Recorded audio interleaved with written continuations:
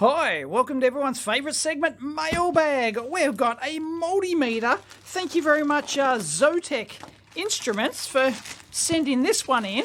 Of course, Zotek are famous for making pretty much most of the decent, really cheap, like sub $50, like $20 multimeters. Those Aneng brand ones, they're actually which I've done a video on, that $20 meter. They're actually Zotek. So Zotek have sent in their latest meter. It's just released, so let's check it out. Oh, sorry, giant knife aficionados are going to get upset that I didn't actually use the knife. So let's get in here. Oh, look at this. Doesn't this look schmick? Well, it looks like a multimeter, but it's actually an oscilloscope. It's a digital oscilloscope. It goes for like under 80 US bucks. In fact, the street price, I believe, is even going to be less than that. Comes with a pouch. Let's see. We've seen these El Cheapo pocket oscilloscopes before, and they're usually pretty crap. Okay, thermocouple. Probes, they look pretty standard that you get with all the Zotek jobbies. And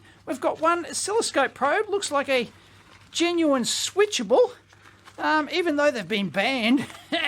Got the alignment tool, couple of color adapter rings, but this is only a single channel job. It's a low quality cheap probe, as you'd expect. We get a USB-C cable because, interestingly, for those who've been screaming out for it, we'll take a look inside, but it's powered from an 18650 lithium ion rechargeable. So let's peel that off. Now, it does actually have Zoe on it, if that's how you pronounce it, but it's actually Zotek is the actual company. So, oh, look at this. Danger. Will Robertson, stop testing voltage in current mode. Don't do it. Don't do it. I just tweeted the other day. Somebody actually tried to return on Amazon one of my EEVblog meters because the current range just suddenly stopped working.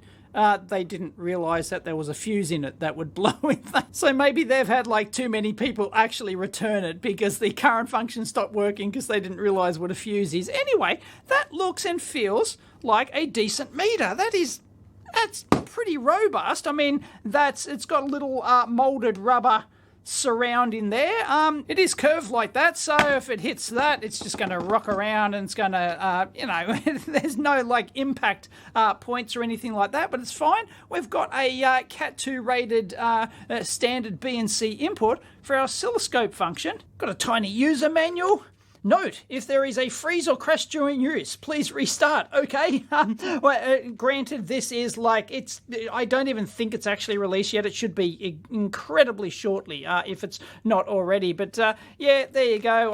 I'll leave it down below. It's got all the various modes and things like that. Oscilloscope function, probe check, vertical triggering systems, horizontal, oscilloscope measurements. So it's got probably automated measurements and stuff like that. And then the multimeter interface with the wanky bar graph and everything else. Now the meter itself, 10,000 counts, so that's not too shabby. 3 times a second update in true RMS, and it's nominally 0.5%, so it's not like a lab, quality meter. But for the price, absolutely brilliant. Does have a 10 millivolt range, 1 microvolt resolution, absolutely fantastic. So that's very handy. Only 0.8% or 1% current plus a few digits.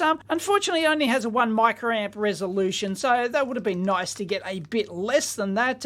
Resistance up to 100 meg, capacitance up to 100 milli. The oscilloscope 48 meg sample per second. It's got AC-DC coupling, sine X on X interpolation, 64K of memory, and a 10 meg analog bandwidth for your 48 meg samples per second. So it's going to be a real-time jobby. Of course, something like this, a portable oscilloscope for the field, 10 megahertz bandwidth, if it actually, does that reasonably, then that's not too shabby at all. That's still very handy bit of kit. Remember what we say here on the EEVblog, don't turn it on, take it apart. Oh, metal threaded inserts. Winner, winner, chicken dinner.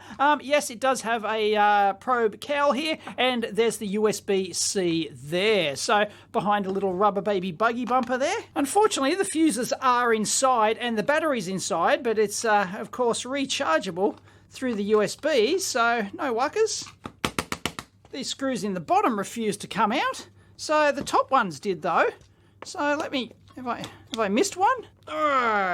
Might need a spudger. There we go. Yep, there were a couple of plastic clips in there. We're in Lake Flynn. Look at that. That looks neat and tidy, doesn't it?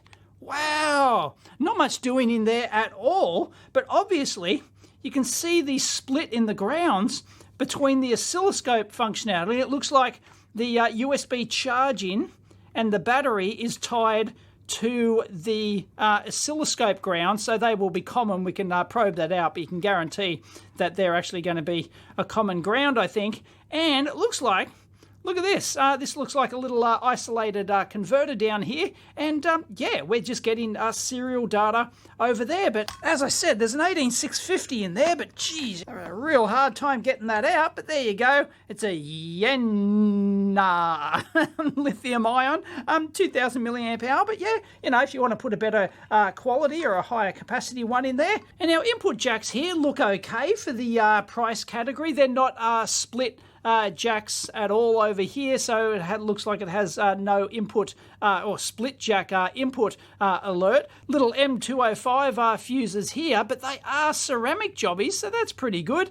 Not a huge amount of protection. We've got a real fair dinkum relay here, so that's not too shabby, but yeah, basically 2 input MELF series resistors here and a tiny little PTC there, and so unless there's MOVs on the other side, yeah, not a huge amount of protection. So the Cat 4 600 volts, Cat 3 1000 volts, yeah, nah. Compare this with, say, the BM786, which is exactly the same specification as that, and I'll put up the photo here of the input section on the 786 and just compare it to the 1 PTC with no MOVs. Yeah, there's just no contest. Check out the clearance with this screw and this trace here, and the trace coming from the input here. I mean, that's just that's just like comedy gold. Okay, I've taken out the 4 jack screws. There's 6 self-tapping screws in here, so this should, oh yeah, it's going to come out as the one assembly.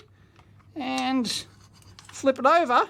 Yeah, there's no extra protection on the inputs under here, and all the processing is under there, all the oscilloscope and the ADC sampling and the ADC and everything else. But yeah, as far as the multimeter functionality goes, yeah, it's very basic. I don't think this is you know, going to meet its cat rating. It's probably good enough for basic mains use, and we'll have some testing in a minute. But for industrial use, yeah, nah. For the reference, Fanboys ICL 8069 jobby, whatever variant that is. The multimeter chipset, DM1109 there, doesn't ring a bell. But of course, Zotek's founder, Lee Hong, he's actually famous for developing a lot of, or, you know, helping out with the development of a lot of the multimeter chipsets that a lot of people take for granted these days. They're actually one of the pioneers in multimeter chipsets, so this will be their own jobby. So we've got a USB-C input over here.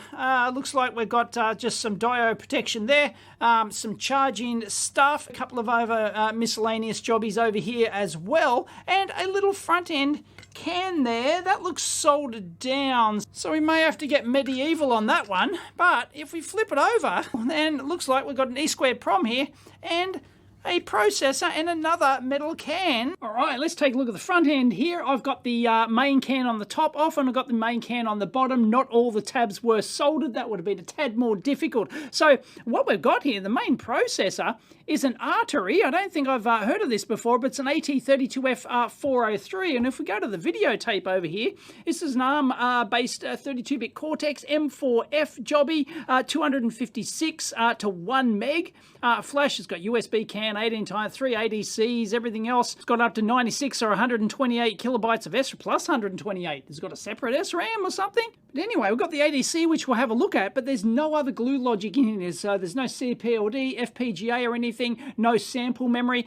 So the 64K of sample memory must be inside here, and this must just be sampling in real time. We've got an old school 4051 analog mux down here. Looks like we've got an attempt at a standard analog front end. This is our B and C, of course. Then we've got a little solid state relay. That's the AC coupling, so that's your AC, and when it's DC, it just shorts out the cap. It looks like we've just got a ground resistor there, and it looks like, yeah, there, we haven't got our traditional analog front end, because if we flip it over like this, but you wouldn't expect it, right? This is fairly simplistic. This is only 20 millivolt per division to 10 volts per division. Anyway, we have another relay under here. That's interesting. We've got a trimmer cap there for compensation, and we've got like a FET or something there, but that's basically it. So there's no like variable gain programmable gain amplifier or anything like that. We've just got basically gone through a divider here. We're using a 4051 analog mux straight into here. So it's not the best analog front end, but what do you want? This is sub $80, right? So you get what you get and you don't get upset. Anyway, the ADC here is an MS9280. This is interesting. Hadn't heard of this one before. This is a Hangzhou Rumeng Tech, and it's available on LCSC. You can get this puppy in 1,000 quantity for 86 US cents. None of this 8-bit rubbish. It's actually a 10-bit 50 meg sample per second ADC. I didn't readily find an English version of this, but one may be available. There's the architecture for those playing along at home, and there you go. So yeah, 50 megahertz bandwidth, and they're just running it through a resistor divider ladder. Yet there's nothing on the that was over here, so there's no compensation on that resistor network bed there, but that'd be an attenuator, and there's some compensation possibly across there. But yeah, it's just sampling that in real time. No worries. Good enough for Australia. Good enough for an $80 meter. You know, the proof's in the pudding how well it's implemented. Anyway, as I mentioned, metal threaded inserts, which is really nice. And then we do have some grooves around here for blast protection. So that's all right. But yeah, you wouldn't be using this thing in an industrial environment. I mean, just don't believe the CAT rating. Of course, it's not independently certified. Let's go. Zoyi, well, that's quick to come on. There's the battery indicator. It booted up in scope mode. I don't know whether or not that's always going to... Well, let's try it, actually. How do we turn that off? There you go. Will it boot back up in multimeter mode? You've got to hold it down. Okay, maybe that's for... No, come on. You want it to go to multimeter mode. You want it to go to your last mode, I reckon, anyway. You can see that there's like a bit of wanky red tinge under the bar graph there. No, give me bigger digits, please. Don't give me the wanky bar graph and everything else. You've got room on there for super large digits. Do it. Anyway, I don't mind the interface. There's the mode button, only does two things: oscilloscope, multimeter, that's it. And then you've got your function button, so you've got your DC, AC, there you go. It doesn't have DC plus AC, but in this class of instrument, we'll forgive that. There you go. There's our ohms. That didn't look that quick for the auto raging. There's a current test. I love how it warns you. It's going to warn you every time. No, it doesn't. It only warns you that once. That's nice. Pay attention to the current jacks. That warning sticker. They've obviously had too many people like blowing the fuses, complaining that the multimeter's crap and doesn't work because they don't understand what fuses are and how they work. And well, I have encountered it, so yeah. So yeah, there's your 1 microamp resolution there. There's your true RMS AC, also 1 microamp resolution. But the interface is quite simple. I rather like it. You've got your manual ranging. Looks like it doesn't have auto hold or peak, like it's just got hold, and that's it. It doesn't have like any peak hold range. Ooh, the probes. Check them out. They are exceedingly long and sharp. But they're not, they almost look like pogo pins, but they're not. No, we can't pull them out. They're rather unusual. Anyway, they're not gold plated, so yeah. Okay, continuity mode. That's pretty quick. Latch in, nice. That's excellent. And in multimeter mode, these arrow buttons do nothing, but the menu actually does come up, so you can get English auto off. Okay, get rid of the auto off. Backlight, that's all right. I'll turn the lights off. Hang on. Bit darker in here now. There you go. You can see more of the wanky red background there, but like how it tells you the version number. Ohms range response. Yeah, I didn't expect it. That's not bad. And we've got 10 milliohms as well. That's not too shabby. And it is giving you max min average, but I don't see a way to reset that. We've got to hold. Can we? Oh, yeah. Oh, wow. It takes a picture. Look at this. It takes a bitmap. How do we go? We can obviously connect that to the USB. That's probably how we do the firmware update as well. Might be handy for documentation. Well, it's not far off on capacitance. That's well within spec. Oh, look at that. Practically bang on the resistance. Oh, yeah, 1 volt, bang on. 100 millivolts, bang on. 10 volts, bang on. Hang on, what's going on here? It's supposed to be 1 milliamp. I'm getting 110. If I go up to 10 milliamps, it says 1.1 amps on the milliamp range. What? I'll get back to you. There's a sanity check. What the heck is this thing doing? All right, using the 10 amp jack, it actually works. There you go, 10 milliamps, but it doesn't work on the milliamp jack. What? Are you kidding me? I mean, why would it even display amps at all in the milliamp range? That doesn't make sense at all. And it doesn't even scale properly. It's 10 up there on the bar graph, whereas it's actually 1 here. So, that doesn't make sense. So they're not actually changing the bar graph to match the range. What the? Yeah, so they have this fancy bar graph, and it just sticks from 10 to 100, regardless, it looks like, of what, mode you're actually in and what range you're in. I'm on resistance now, and I'm going through, and the bar graph doesn't change. Oh, no. Oh, hang on, I figured it out. Look, it's I'm actually in amps mode here. If I switch to milliamps mode, it works. It's bang on. But why you could have it in amps mode and put the jack in the milliamp jack and get that reading, the fact that that's actually possible and gives you a high reading like that, no, that's unacceptable. They need to somehow eliminate that possibility. And by the way, it's called milliamps, even though by default that's actually the microamp range, and the milliamp range is actually only 50. Bloody, it's ran out of battery already. So that's some sort of design quirk. They really need to fix that and make sure that is not possible. Anyway, there you go. Anyway, 100 microamps, it's all bang on, but just pushing the button like that, you intend to measure milliamps, but you've accidentally got it in amps mode. I don't know of another, please leave it in the comments. Do you know of another meter that actually can do that? I don't know. Wow. 3.2 volt compliance in diode mode. That's pretty good. That'll turn on like a white LED. Yeah, there you go. Lights it up. Anyway, as I said, it does feel pretty sturdy, and the display's not going to get damaged. That's going to take some impact there, so that's really quite jazzy. And the tilting bail on it, it doesn't flapping around in the breeze there. Yeah, nah, that doesn't instill a lot of confidence really, but, it tilts. We're here for, what we're paying the money for, all our 80 Yankee bucks for, is the oscilloscope here. And I like the interface here, and I like this. When you're in volt time mode, just up and down, changes your 10 volts per division, 5. It's not 125, it's actually 2.5, and then 2, and then 1. That's interesting, 500 millivolts. I can hear it, the relay click between 200 and 500 millivolts, so yeah, that's where they're just choosing the front end attenuation. And of course, this is your time base, so 20 seconds per division.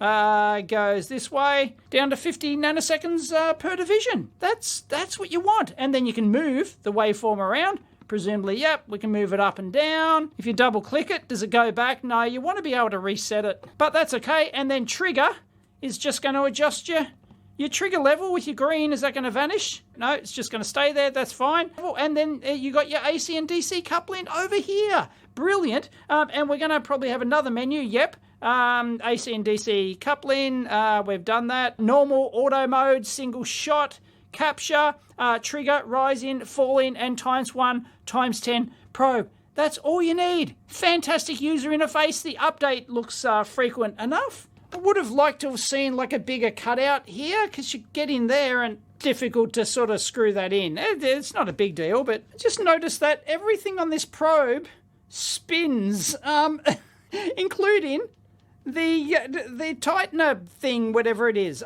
That just keeps on spinning. All right, got the probe hooked up, ×10 mode here. Let's press the auto button. Yes, it does have, come on, you can do it. She's taking us time. Heard the relay go there. Bingo. We will calibrate our probe, shall we? So Let's hold the tongue at the right angle. There you go. And it retains its shape, even when we click the relay, between 200 and 500. So that's all right. Square wave signal fidelity at 1 kilohertz is all right. And it's given us our measurement, 1 kilohertz, 3 volts peak to peak, V max. That's actually that'd be from the ground. So that is useful, and that is quick. We can't cause that to alias. Nope. Wow, so far, this looks very useful.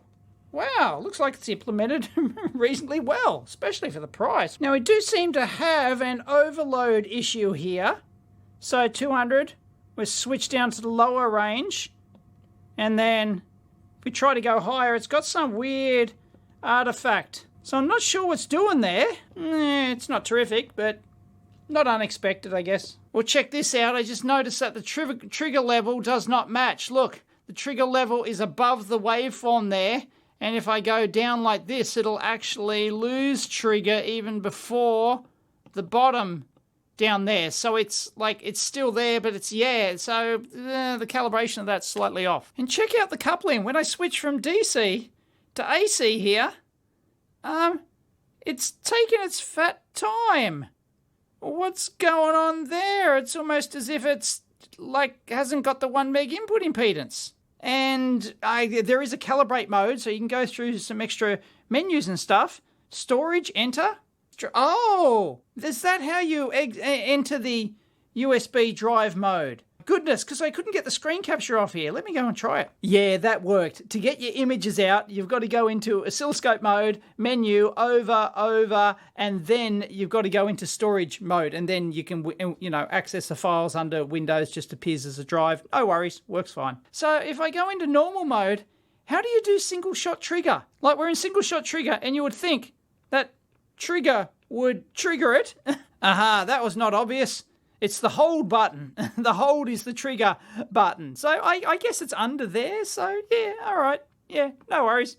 I'll tell you what would be nice though, when you're in like a trigger mode like this, okay, you can't move your time, you can't adjust your time base or your horizontal. That should be, like they should put the decals on here, for example, and you should be able to access those regardless of the menu. Oh, except if you're in move menu, I guess. You've got to actually go back to Volt time over here before you can actually adjust it, but all right, so let's try deep memory. Let's go 50 milliseconds per division here, and we'll go back into our trigger and we'll single shot capture that. We can zoom in. Yeah, we've got a decent amount of memory, 64K. Normally when you're doing that though, you would change your window display up here to show sort of like what segment of the memory you're looking at. So it's like they're not updating that in stop mode. So we can turn those extra functions on. We've got vmin, RMS, and PRD, which is actually period. But they do actually overlay the screen there. That's why they don't have those on by default. I really can't get enough purchase to screw on my T adapter here. I had to actually use a pair of pliers, and I can't get it off either. So I've got to use my pair of pliers to get it off and on. Oh no, fail. I'm feeding in a 1 megahertz square wave, 358 millivolts peak to peak. It's 336. Like, it's near enough. Even if we go off range, you can still measure it, but you can still see the triggering's going bit how you doing there. We'll increase the frequency. Let's go. It's supposed to have a 10 megahertz bandwidth. There's our square wave has turned into a sine wave. I'll tell you what, the thing won't alias though.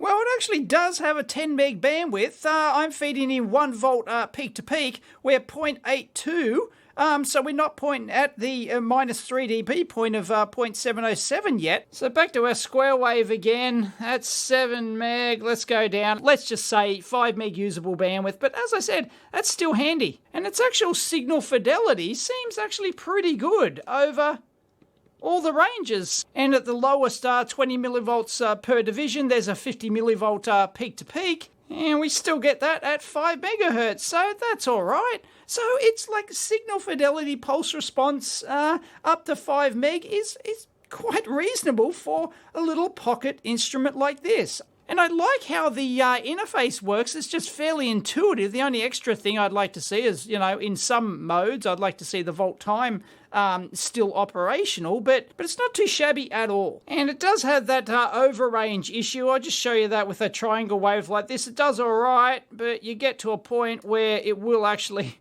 kind of like go nutso like that. Because normally you would use a scope saying, well, once you see a signal off the range like that, but if you had your range wrong and you all of a sudden saw that, you would think that, oh, that's not off range, that's actually a real signal, something's really happening there. Is that my, what's wrong with my product that I'm testing? When there's actually nothing wrong with it, you just overranged, and you can fix that with a range issue. So, it's not great, but maybe that's a firmware fix. So we're running through the calibration now, so hopefully that'll do like an offset, and maybe that'll fix that trigger level issue, that slight offset in the trigger that we actually had and stuff. Nah, it's still slightly off. See how that trigger line is above the triangle wave? And quick multimeter test, can it actually survive 1,000 volts? Shows red up there for 100 volts, because it is, remember, 1,000 volt Cat 3 rated. 1,000. Let's stress it a bit more. Oh, overload. Take it back, take it back, take it back. Yeah? Okay, can it survive 240 volts on the ohms range? There's the AC, so 245 volts here in the lab. Let's switch it to ohmski. Yeah, you don't expect it to do anything. And then let's go back. There we go. Yep, survived. Still measures capacitors fine. And it still measures resistance fine. So, yeah, it's robust enough. But, yeah, you wouldn't use that for industrial setting. Okay, it's measuring the standby current. 3 microamps. Sniffer of oily rag stuff. All right, let's power it on. This is tricky. I need multiple hands. Oscilloscope mode. 350 milliamps. Multimeter mode, still 350 milliamps, of course. Processor, driving the screen, everything. So, yeah, how long's that going to last? Well, for a 2,000 milliamp hour battery, that's only going to last like 5.7 hours. Let's call it 5 hours. Maybe a bit more, a few more if you put in a higher capacity, better brand jobby or something. But so if you're just using this mainly for its multimeter functionality, you're not going to get a lot of hours out of it. You're really paying a premium in battery life for that oscilloscope, unfortunately. But there's nothing wrong with just having this in your field kit just to use as a basic oscilloscope. And, well, you might get some bonus multimeter functionality, but you might have your real multimeter, in quote marks, in your bag as well. So the verdict on the Zotech ZT-702S digital oscilloscope / multimeter, well, I can't give it a thumbs up because it completely failed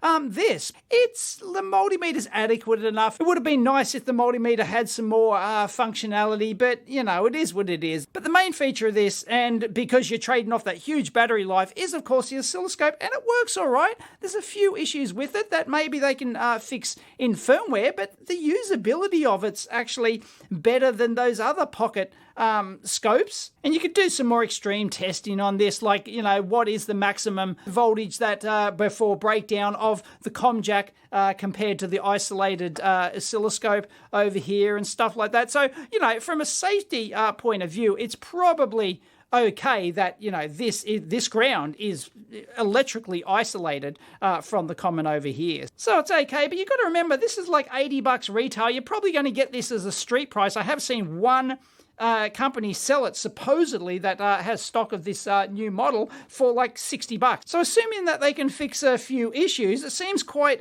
usable and seems like it might be decent value for money, worth considering in any case. But as with all these types of combined instruments, jack of all trades, master of none. It's not a real good multimeter, and it's not a terrific oscilloscope, but it doesn't suck.